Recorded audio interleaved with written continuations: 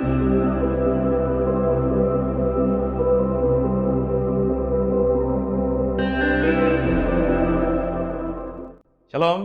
bersama kembali dalam program ini. Kita coba belajar kebenaran firman Tuhan ya. Dalam khotbah singkat ini, bukan khotbah hari Minggu ya. Supaya saudara di tengah minggu juga bisa mendapatkan makanan yang baik dan akhirnya semakin hari semakin sehat rohmu. Tundukkan kepala kita doa.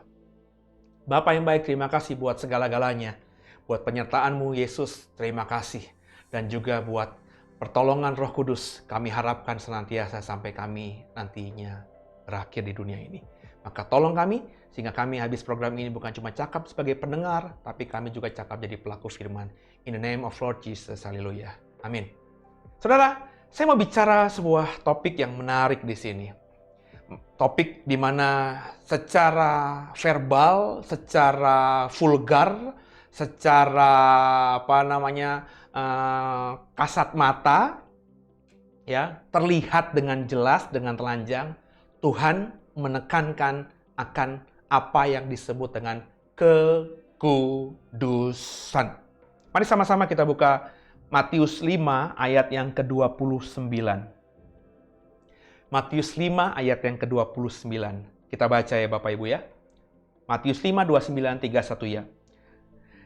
Maka jika matamu yang kanan menyesatkan engkau, cungkilah dan buanglah itu. Karena lebih baik bagimu jika satu dari anggota tubuhmu binasa, daripada tubuhmu dengan utuh dicampakkan ke dalam neraka. Ayat ini ayat yang strong, ayat yang kuat, saudara. Mestinya Bapak Ibu dan saya ketika membaca ayat ini, Bapak Ibu sampai pada kesimpulan bahwa Tuhan sama sekali tidak mau kompromi dengan apa yang disebut dengan kenajisan atau ketidakkudusan itu. Dia berkata dengan jelas di ayat 29, kalau mata kananmu itu buat dosa, cungkilah dan buanglah itu. Lebih baik kau masuk ke surga dalam kekalan tidak bermata daripada punya mata dilempar dalam neraka. Kurang lebih begitu. Saudara, Tuhan tidak mengkompromikan. Tuhan tidak mempertimbangkan estetika. Ya, kok nanti kalau di surga nggak punya mata bagaimana? Saya berani yakin, saudara. Ya, kalau di surga nanti tubuh kemuliaan kita seperti ini, dan di dunia kau sadar kau punya kelemahan di mata, terus kau cungkil matamu, kau buat buta matamu karena kau tidak mau berbuat dosa sampai matimu, di surga nanti dengan tubuh kemuliaan kau pasti punya mata juga. Jadi saudara, kita selalu sering mempertimbangkan keestetikaan, kebaikan di dunia, kenikmatan dunia yang kita rasakan. Seringkali kalau ada orang, alah bro, sis, kan di dunia cuma sekali, ya udahlah nikmatin aja lah. Ya udahlah nggak apa-apa lah, masih muda ini, nanti aja lah kalau mau hidup benar di masa tua. Seringkali saudara, seringkali itu ya. Pertanyaannya, bisa nggak kita sampai usia tua itu? Itu kan pertanyaan saudara. Ya, di hari-hari ini, di COVID-19 pandemi ini, ya, berapa banyak kita tahu saudara kita, rekan kita, yang seusia kita, yang masih muda, bisa mati juga. Bahkan ada atlet yang mati. Jadi yang mati bukan yang tua. Awal-awal ketika pandemi COVID-19 ini menimpa dunia, kita selalu dicekoki. Lihat tuh di Italia, lihat itu di Eropa. Yang mati banyak kan orang-orang tuanya. Oh iya, kebetulan saudara memang orang-orang tua yang mati di sana. Dan kemudian ada persepsi akhirnya, oh yang mati itu karena usia tua dan punya penyakit bawaan. Sehingga kalau yang sehat nggak mati. Buktinya hari-hari ini kita menemukan banyak orang yang sehat. Ada atlet saudara yang terlalu punya kebiasaan ritme berolahraga yang teratur. Tidak ada indikasi apapun tapi kena COVID langsung mati. Itu artinya tidak ada yang tahu usia manusia itu sampai kapan.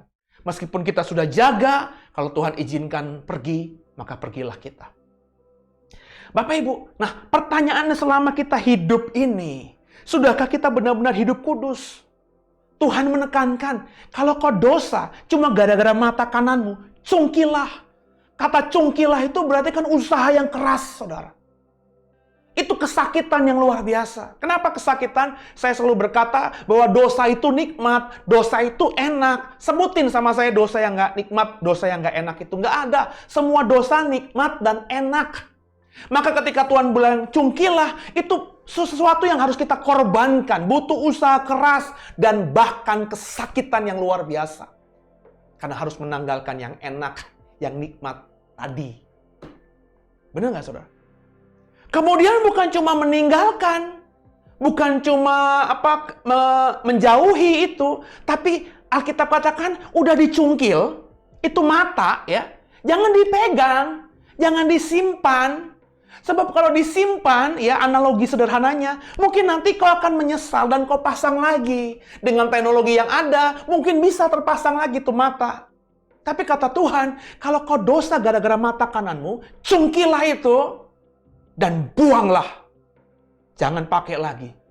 Jangan pegang lagi. Jangan ambil lagi. Jadi kita harus menjauhi dosa itu.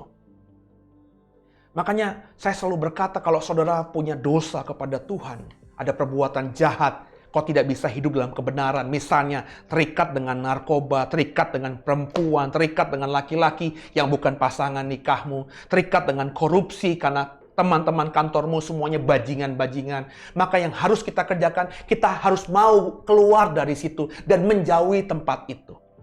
Kalau bahasa saya, kalau ada yang konseling, kalau kau dosa di sebuah kota yang namanya A, semua orang-orang di kota A itu sudah tahu kok itu seperti apa. Maka kau tidak akan bisa lepas dari keterikatan itu. Maka tinggalkan kota A. Pak, di kota A saya sudah punya rumah, sudah punya pekerjaan, bisnis usaha saya di situ. Tinggalkan. Kalau saya tinggalkan kemana, Pak? Cari kota yang jauh. Kalau kota yang jauh nanti saya kerja apa? Belajarlah mengandalkan Tuhan.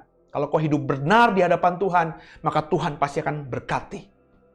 Carilah dulu kerajaan Allah dan kebenarannya, maka semuanya akan ditambahkan dalam hidup kita. Kita nggak bisa kompromi dengan hal-hal yang disebut dengan kenajisan atau ketidakkudusan itu. Saudara, kalau kita baca di pasal 5 Matius ayat 29 tadi, itu berkaitan dengan ayat-ayat di atasnya, saudara. Ayat di atasnya itu dikatakan apa kalau kita baca ayat 20 yang ke 20, ayat 27 ya, saya baca ya saudara ya. Kamu telah mendengar firman jangan berzina. Matius 5 ayat yang 27-28. 28 ya sekarang. Tapi aku berkata kepadamu, setiap orang yang memandang perempuan serta menginginkannya, sudah berzina dengan dia dalam hatinya. Konteksnya itu. Itu kenapa di ayat 29 Tuhan bilang, kalau matamu dosa, cungkil. Kenapa? Karena mata itu, mata yang dituliskan di ayat 29, yang digunakan untuk bisa memandang perempuan. Kemudian menginginkan perempuan itu. Cuma memandang, menginginkan, belum berzina, belum bersetubuh, saudara. Baru melihat, menginginkan. Kata Tuhan, itu artinya sama kau sudah berzina di hatimu. Zina hukumnya di perjanjian lama adalah mati di rajam batu. Maka saudara, hukumnya Tuhan jauh lebih tinggi daripada hukum Taurat. Kalau hukum Taurat itu harus berzina dulu, ketangkep tangan berzina, baru bisa dihukum. Tapi hukumnya Kristus, kau memandang, melihat, menginginkannya, kau sudah berzina dalam hatimu. Orang seperti ini kalau nggak bertobat, akan tidak bisa masuk dalam kerajaan surga, Alkitab katakan. Jadi saudara, kita harus mau benar-benar menanggalkan hal itu. Menjauhi hal itu. Lepas dari semua itu. Jadi saudara, ayo kita mulai belajar hidup kudus. Sebab tanpa kekudusan, tidak seorang pun bisa melihat Allah. Sorga itu kudus. Tuhan nggak bisa kompromi. Kau nggak bisa datang kepada Tuhan 99,99% kudus, sedangkan 0,001 tidak kudus. Nggak bisa, saudara. Saudara harus 100% kudus. Caranya gimana? Kau harus percaya kepada Kristus Yesus yang mati di atas kayu salib. Karena darahnya yang mengkuduskan kita. Yang berikutnya, ketika kita sudah dikuduskan Tuhan, kita harus menjaga kekudusan itu dengan kuat kuasa kita, dengan usaha kita. Makanya Paulus katakan, kerjakanlah keselamatanmu dengan takut dan gentar. Saudara nggak bisa hidup kudus dengan kekuatanmu sendiri. Sama juga sebaliknya, saudara hanya mengandalkan Tuhan saja, kemudian tidak menjaga hidupmu kemudian, kok nggak bisa hidup kudus?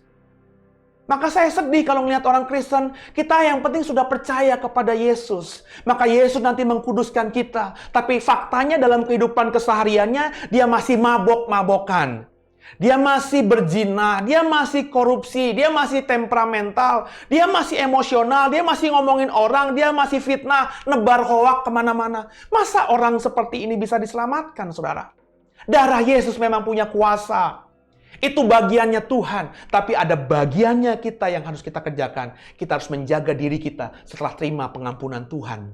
Setelah kita bertobat, setelah kita terima keselamatan oleh karena darah Yesus di atas kayu salib itu. Kita harus jaga sampai kapan? Sampai akhirnya. Ku berjuang sampai akhirnya. Kau dapati, aku tetap setia. Tuhan memang akan menjadi pensyafaat kita. Ketika kita nanti akan menghadap Tuhan, darah Yesuslah yang akan menutupi kita. Iya, saya percaya, saudara. Jadi yang dilihat oleh Tuhan bukan lagi kita lagi, tapi Kristus yang dalam kita. Ya, saya percaya ayatnya ada itu. Tapi sebelum sampai ke sana, kita juga harus mengkondisikan tubuh kita ini satu frekuensi dengan kekudusannya Tuhan. Maka orang Kristen harus mengusahakan hidupnya benar. Hidup dalam kebenaran yang sejati itu. Jadi di hari-hari ini, yuk sama-sama kita hidup benar di hadapan Tuhan. Semaksimal mungkin yang bisa kita kerjakan, kita kerjakan. Jangan lagi tergoda, jauhi itu godaan. Buang itu jauh-jauh pergaulan yang buruk. Pergaulan yang buruk akan merusakkan yang baik, saudara. Jangan karena kasihan, kita berteman, kita bergaul, kita akrab dengan orang-orang yang hidupnya semaunya sendiri. Even itu saudara kita, saudara. Ya. Tegur dia. Kalau tidak mau ditegur, jauhi. Sebab apa? Sebab kalau kau terus dekat dengan orang seperti itu, tergenapilah firman Tuhan tadi. Kau akan dikamiri oleh mereka. Sehingga akhirnya kau tidak lagi hidup benar di hadapan Tuhan. Pola pikirmu, hatimu akan dicemarkan oleh perkataan dan pikiran mereka yang jahat itu. Tapi bukan berarti kita menjauhi begitu saja. Kita harus jadi terang dulu bagi mereka. Tegur mereka dulu. Tapi kalau sudah ditegur, kita berusaha terangi, kita bisa doakan, mereka tidak mau dengar, dan bahkan mereka menolak kita dengan mentah-mentah, maka tinggalkan. Alkitab katakan kepada kita, Yesus pernah ngomong sama murid-muridnya, masuk ke sebuah kota. Kalau kota itu tidak ada yang menerimamu, maka keluar dari kota itu, kebaskanlah debu di bajumu. Itu bukan tanggung jawabmu lagi. Yuk sama-sama yuk, mulai hari ini, kita belajar untuk hidup benar. Suami hidup benar, hanya mencintai istrimu. Istri hidup benar, hanya mencintai suamimu. Mencintai berarti tunduk sama suami, mengasihi istri dengan sungguh. Anak-anak hidup benar, hormat sama orang tuamu. Para pekerja hidup benar dengan cara mengerjakan apa yang diperintahkan oleh perusahaan, oleh atasan kepadamu. Kalau itu perintah yang jahat, doa sama Tuhan. Minta supaya Tuhan kasih pekerjaan yang lain. Supaya kita tidak hidup dalam lingkaran setan itu. Yuk sama-sama saudara. Hidup benar, hidup kudus, karena waktunya gak lama lagi. Tundukkan kepala kita doa. Bapa, kami diingatkan kembali di hari-hari ini untuk bisa menjaga hidup kami dengan benar. Tuhan sudah katakan dengan jelas, kalau kau punya mata dan mata kananmu itu menyesatkan kau, cungkilah, buanglah.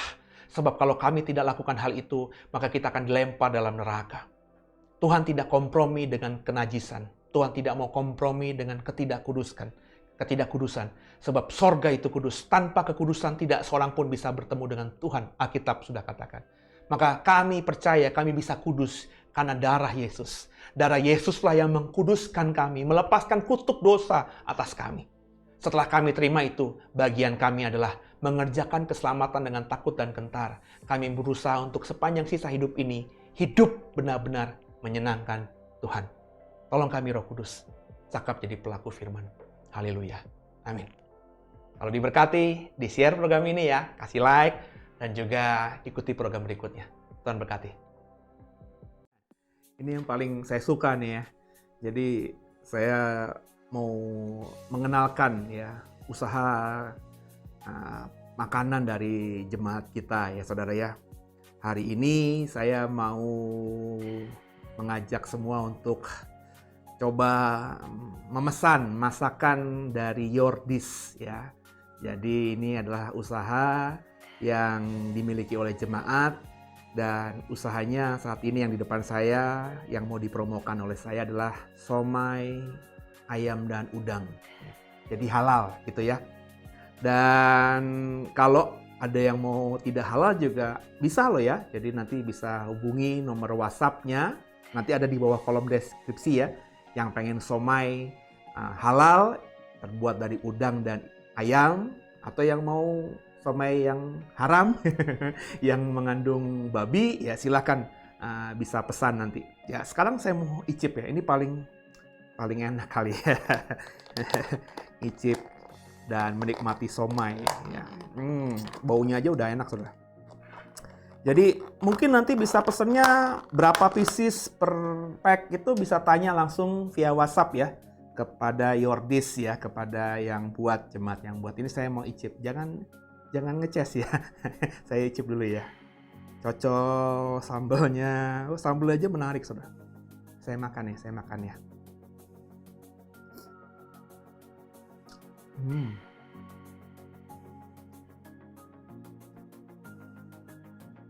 Udangnya banyak saudara,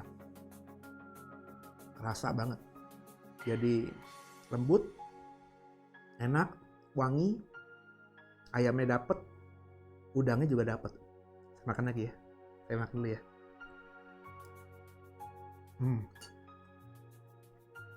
Dan selain somainya enak, menurut saya ini cocolan sambalnya pas ya. Dapat asamnya, dapat pedesnya, dapat manisnya. Jadi ini kayak dibuat beneran gitu ya, dalam artian bukan saus beli gitu ya, diolah sendiri, jadi rasanya dapat. Jadi somainya enak, cocolan sambalnya enak, perfect. Ayo minum ya. Kalau nggak minum pengen makan lagi nanti. Jadi yang mau pesan ya, saya rekomendasi banget. Yang seneng ngemil, yang suka somai. Setahu saya sih istri saya sering mesen ini ya. Karena di freezer rumah kayaknya ada banyak kayak ginian. Jadi anak saya suka, istri saya suka, dan memang kami setiap ada kesempatan pasti pesen ya. Somai ikan dan somai udang dan ayam dari Yordis, atau somai babi juga dari Yordis. Tergantung saudara. Kalau saudara mau menikmati yang haram silakan, yang halal juga ada. Pokoknya somainya keren banget, enak banget, is the best lah. Yuk, pesen supaya kita saling memberkati. God bless.